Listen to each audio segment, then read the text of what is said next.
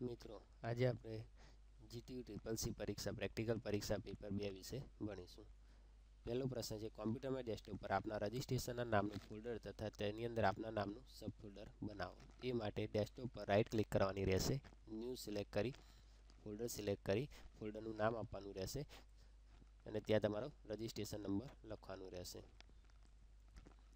આ બની ગયું તમારા રજિસ્ટ્રેશનના નામનું ફોલ્ડર। એની અંદર તમારા નામનું સબ ફોલ્ડર બનાવવા માટે આ ફોલ્ડર પર ડબલ ક્લિક કરી ફરી અહીંયા રાઈટ ક્લિક કરી ન્યૂમાં જઈ ફોલ્ડર લખી તમારા નામનું ફોલ્ડર લખી દેવાનું રહેશે। એટલે આ બની ગયું કે તમારા રજિસ્ટ્રેશનના નામનું ફોલ્ડર, જેની અંદર તમારા નામનું ફોલ્ડર।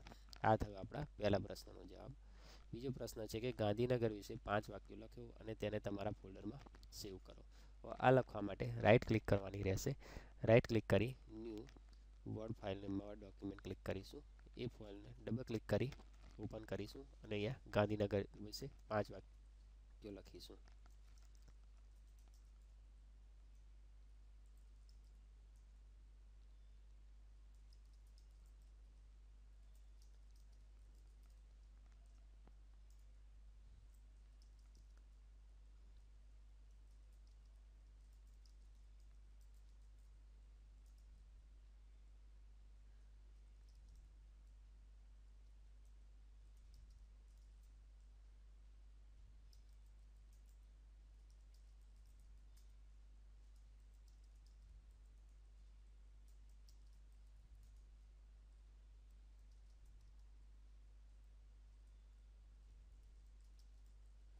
આ રીતે 5 વાક્યો લખ્યા પછી આ ફાઇલને તમારા ફોલ્ડરમાં સેવ કરવાની રહેશે, જેની માટે ફાઇલમાં જવાનું રહેશે, સેવ એઝ ક્લિક કરી ડેસ્કટોપ સિલેક્ટ કરી તમારા રજિસ્ટ્રેશનના નામનું ફોલ્ડર સિલેક્ટ કરી તેમાં તમારા નામનું ફોલ્ડર સિલેક્ટ કરી ત્યાં સેવ કરવાની રહેશે અને ફાઇલને ક્લોઝ કરવાનું રહેશે, જેથી આ ફાઇલ તમારા ફોલ્ડરમાં જોવા મળશે। જ્યાં ડબલ ક્લિક કરશો એટલે જોવા મળશે, જે ગાંધીનગર વિશે 5 વાક્યો છે। આ તમારા પ્રશ્નનો જવાબ થયો। એના પછીના પ્રશ્નનો છે કે પેઇન્ટનો ઉપયોગ કરી 2 ત્રિકોણ અને 1 ચોરસ દોરો।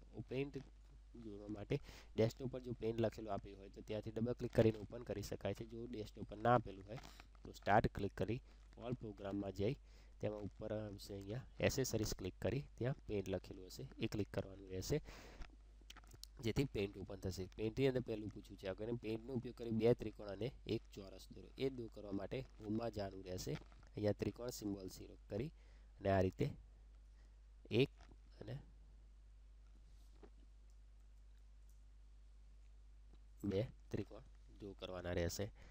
પછી આગળ પૂછ્યું છે અને 1 ચોરસ દોરો। ચોરસ દોરવા માટે હોમ ક્લિક કરી ચોરસનો સિમ્બોલ ક્લિક કરી સિલેક્ટ કરી આ રીતે ચોરસ ડ્રો કરવાનું રહેશે। આગળ પૂછ્યું છે કે ત્રિકોણમાં પીળો અને ચોરસમાં ભૂરો કલર પહેરો।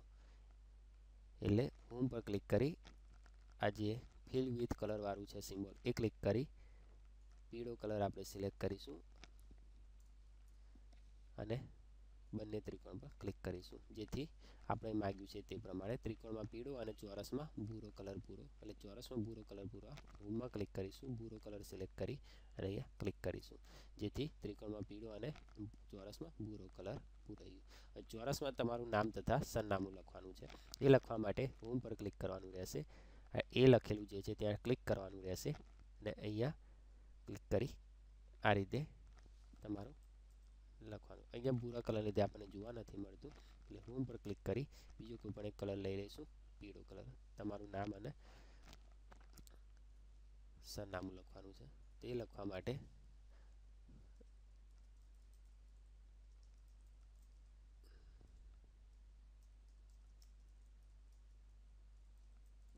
આ રીતે લખી દેવાનું રહેશે, એટલે આપણા પ્રશ્નનો જવાબ થઈ ગયો। હવે આ ફાઇલને તમારા ફોલ્ડરમાં સેવ કરવા માટે ક્લિક કરીશું, અહીંયા તેમાં સેવ એઝ ક્લિક કરીશું, તેમાં ડેસ્કટોપ પછી તમારા રજિસ્ટ્રેશન નામના ફોલ્ડર પર ડબલ ક્લિક કરીશું, તેમાં તમારા નામના ફોલ્ડર પર ડબલ ક્લિક કરી અહીંયા સેવ કરી દઈશું આપણે અને આ ફાઇલને ક્લોઝ કરી દઈશું, કે જેથી આ પેઇન્ટવાળી ફાઇલ તમારા નામના ફોલ્ડરમાં જોવા મળશે આપણને।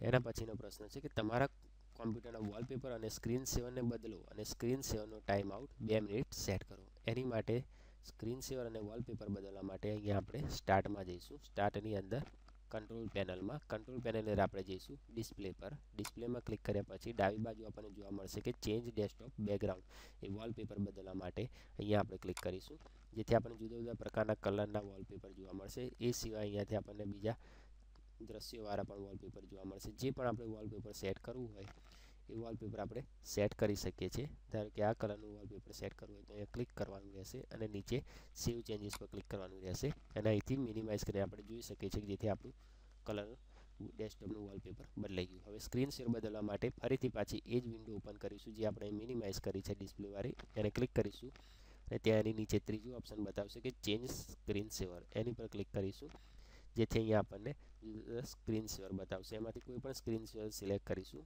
એ સિલેક્ટ કર્યા પછી અહીંયા વેટ અને મિનિટ લખી છે, અહીંયા 2 મિનિટનો ટાઈમ સેટ કરવા માટે આપણે અહીંયા ઉપર નીચેથી 2 મિનિટ સેટ કરી દઈશું. એ સેટ કર્યા પછી એને એપ્લાય આપી દઈશું અને ઓકે કરી દઈશું અને ક્લોઝ કરી દઈશું. આ થઈ ગયું, આપણે વોલપેપર પણ બદલી કાઢ્યું અને આપણો સ્ક્રીન સેવરનો ટાઈમ પણ 2 મિનિટ સેટ થઈ ગયો. એના પછીનો પ્રશ્ન છે કે આઉટલુકનો ઉપયોગ કરી ccc.gtu@gmail.com અને gtu_ccc@yahoo.co.in પર ઈમેલ કરો જેમાં એક વર્ડ ફાઇલ એટેચ કરો. આઉટલુકનો ઉપયોગ કરીને પૂછ્યું તો આઉટલુક જોઈ લેવાનું કે જો આપણને ડેસ્કટોપ પર આઉટલુક લખેલું જોવા મળે તો ત્યાંથી ડબલ ક્લિક કરીને ઓપન કરી શકે છે. જો ડેસ્કટોપ પર ના આપેલું હોય તો સ્ટાર્ટમાં ક્લિક કરી ઓલ પ્રોગ્રામની અંદર માઇક્રોસોફ્ટ ઓફિસની અંદર ક્લિક કરવાનું રહેશે. ત્યાં આગળ આપણને જોવા મળશે કે માઇક્રોસોફ્ટ ઓફિસ આઉટલુક, એની પર ક્લિક કરવાનું રહેશે જેથી આપણું ઓફિસ આઉટલુક ખુલી જશે. હવે આપણને અહીંયા માગ્યું છે કે આઉટલુકનો ઉપયોગ કરી આ બંને ઈમેલ એડ્રેસ ઉપર મેલ કરવાનું છે. એ મેલ કરવા માટે આઉટલુકની અંદર આપણે અહીંયા ન્યૂની અંદર જે લખ્યું છે કે ન્યૂ મેલ મેસેજ, એ ક્લિક કરીશું જેથી આવી વિન્ડો ખુલશે. ત્યાં આગળ લખ્યું છે કે જે ટુ લખેલું છે ત્યાં આગળ આપણે આવ્યા ઈમેલ એડ્રેસ લખી દઈશું કે ccc.gtu@gmail.com.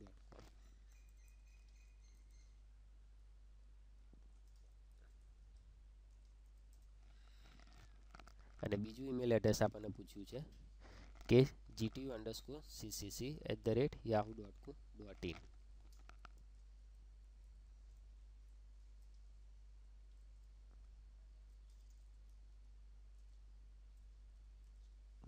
અહીંયા મેં બધું લખ્યું, કેપિટલમાં લખેલું છે. સ્મોલમાં આપેલું હોય તો સ્મોલમાં લખવાનું, કેપિટલમાં આપ્યું હોય તો કેપિટલમાં લખવાનું.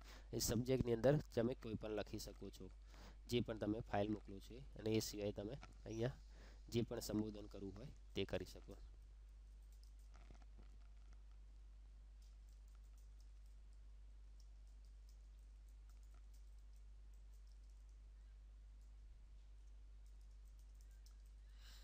બીજું કે અહીંયા આપણને પૂછ્યું છે કે આ બંને ઈમેલ એડ્રેસ પર મેલ કરો અને જેમાં એક વર્ડ ફાઇલ એટેચ કરો. વર્ડ ફાઇલ એટેચ કરવા માટે અહીંયા આપણને જે આ ઇન્સર્ટ ફાઇલ લખેલું છે એ ક્લિક કરવાનું રહેશે અને વર્ડ ફાઇલ માટે આપણે ડેસ્કટોપ સિલેક્ટ કરીશું અને ડેસ્કટોપ પર જો કોઈ પણ વર્ડ ફાઇલ આપેલી હોય તો એ સિલેક્ટ કરી અને ડબલ ક્લિક કરીશું તો ઇન્સર્ટ કરીશું. તે ફાઇલ અહીંયા એટેચની આગળ આપણને જોવા મળશે. એ સિવાય જો એ ફાઇલ ના આપી હોય તો તમારા ફોલ્ડરની અંદર જો વર્ડ ફાઇલ તમે કોઈ બનાવી હોય તો એ સિલેક્ટ કરી અહીંયા એટેચ કરી દેવાની. એ કર્યા પછી અહીંયા સેન્ડ પર ક્લિક કરશો એટલે આ મેલ જતું રહેશે. આ થઈ ગયું તમારા પ્રશ્નનો જવાબ કે આઉટલુકનો ઉપયોગ કરી ccc.gtu@gmail.com અને gtu_ccc@yahoo.in પર મેલ કરો જેમાં એક વર્ડ ફાઇલ એટેચ કરો.